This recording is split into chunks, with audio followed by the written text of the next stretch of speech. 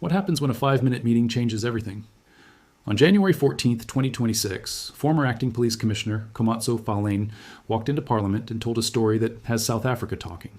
He sat for over 10 hours, until after 9 at night, dropping bombshells about Fikile Mbalula, secret task teams, and alleged conspiracies that sound like something out of a thriller. Before we get into it, drop a comment and tell us where you're watching from. We reply to every single comment. Now let's talk about how karma might finally be catching up. Picture this. June 2017.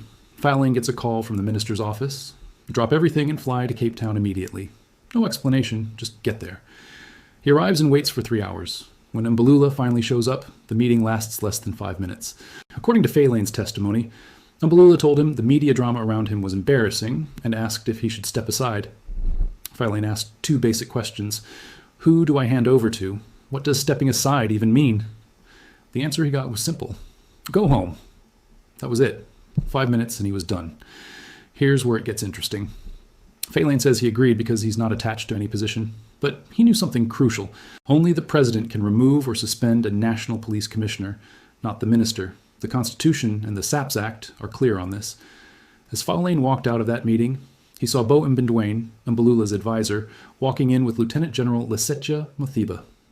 While Phahlane was waiting at the airport for his flight back to Pretoria, he watched Mbalula announce on television, "There are clearly serious allegations of misconduct on the part of Lieutenant General Phahlane, which also impacts on his fitness to hold office as the acting national commissioner. The allegations against Lieutenant General Phahlane raise questions of conduct that would be inconsistent with expectations that attend to those who hold leadership in our police service." That he had been removed and that Mothiba was taking over. No written instructions, no formal letter, nothing. To this day, Phahlane says he never received a letter signed by the president removing him from his position. Phahlane told the committee something that raised eyebrows across the room. He called himself the guinea pig of the ANC's step-aside policy. You know that policy where ANC leaders facing criminal charges have to step aside from their positions? Apparently, Phahlane says he was the test case years before it became official party policy. About a week after that rushed Cape Town meeting, Mbalula allegedly phoned him. According to Phahlane, the minister was apologetic. He reportedly said, "General, I am very sorry. It is true it is a mess because you can never suspend someone verbally without documents." Phahlane believes this call proves Mbalula knew he had overstepped his authority. But by then, the damage was done. Now this is where things get really dramatic.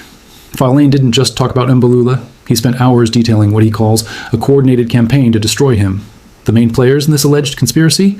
Former IPID boss Robert McBride and private investigator Paul O'Sullivan.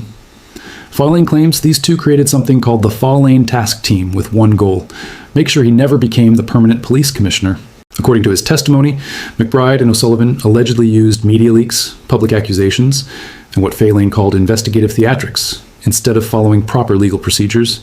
He said if they had real evidence against him, they should have come with an affidavit showing criminal conduct. Instead, he claims they built a special investigation team to target him without direct evidence. Phahlane even named specific journalists he believes were used to discredit him. He mentioned Marianne Tam, the late Karima Brown, Abraham Mashigo, and Barry Bateman. He called it a propaganda machine designed to weaponize the media against him. But wait, there's more. Phahlane described a disturbing incident from June 2016. He and his wife were attacked by 3 armed men at a spa in Johannesburg. Guess who was the first person to contact him after the attack? Robert McBride. McBride sent a WhatsApp message saying, "Just heard. Sorry about that. Let me know if you need help. Offer still stands."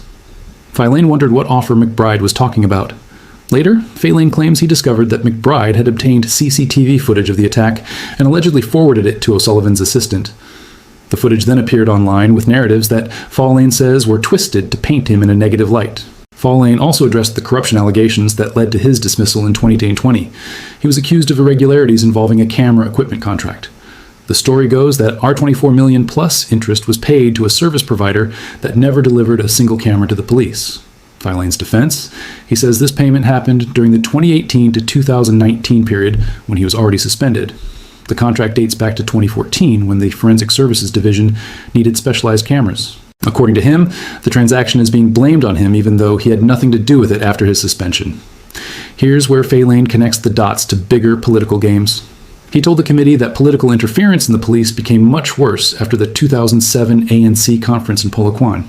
That's the conference where Jacob Zuma defeated Thabo Mbeki and took over the party. Phahlane served under Zuma, who appointed him as acting national commissioner in October 2015. His tenure lasted less than 2 years before Mbalula removed him. Some people watching this saga unfold are connecting it to current events. Fikile Mbalula is now the Secretary General of the ANC, basically the party's administrative boss. He's been in the news recently dealing with political drama in KwaZulu-Natal, where the provincial government coalition collapsed. Meanwhile, the whole inquiry that Phahlane testified at was sparked by explosive allegations from KwaZulu-Natal Police Commissioner Nhlanhla Mkhwanazi back in July 2025. Mkhwanazi claimed there was infiltration in the police force and the judiciary. Some are wondering if all of this is connected. Is this about settling old scores, political positioning, or genuine efforts to clean up corruption? The Parliamentary Committee couldn't finish questioning Phahlane in one day. They ran out of time after his marathon testimony that lasted over 10 hours. They're planning to bring him back for more questioning. But that's not all. Paul O'Sullivan is supposed to testify, but he's requested to appear virtually because he says he's facing murder threats and is currently out of the country. Robert McBride is also scheduled to appear before the committee. Crime intelligence boss Dumisani Khumalo testified on Friday and reportedly said O'Sullivan has been a person of interest for several months. He even confirmed there's an ongoing investigation into journalists who might be linked to criminal cartels. So what do you think? Is Phahlane a victim of political interference and conspiracy, like he claims? Or is this a case of someone trying to rewrite history and avoid accountability for real corruption? The truth might be somewhere in between. One thing is certain, though. The drama between these powerful figures is far from over. Here's a question for you. Do you think Mbalula will face any consequences for allegedly removing Phahlane illegally? Drop your thoughts in the comments. And if you want to stay updated on this story as more witnesses testify, hit that subscribe button and turn on notifications. We'll keep you posted on every twist and turn.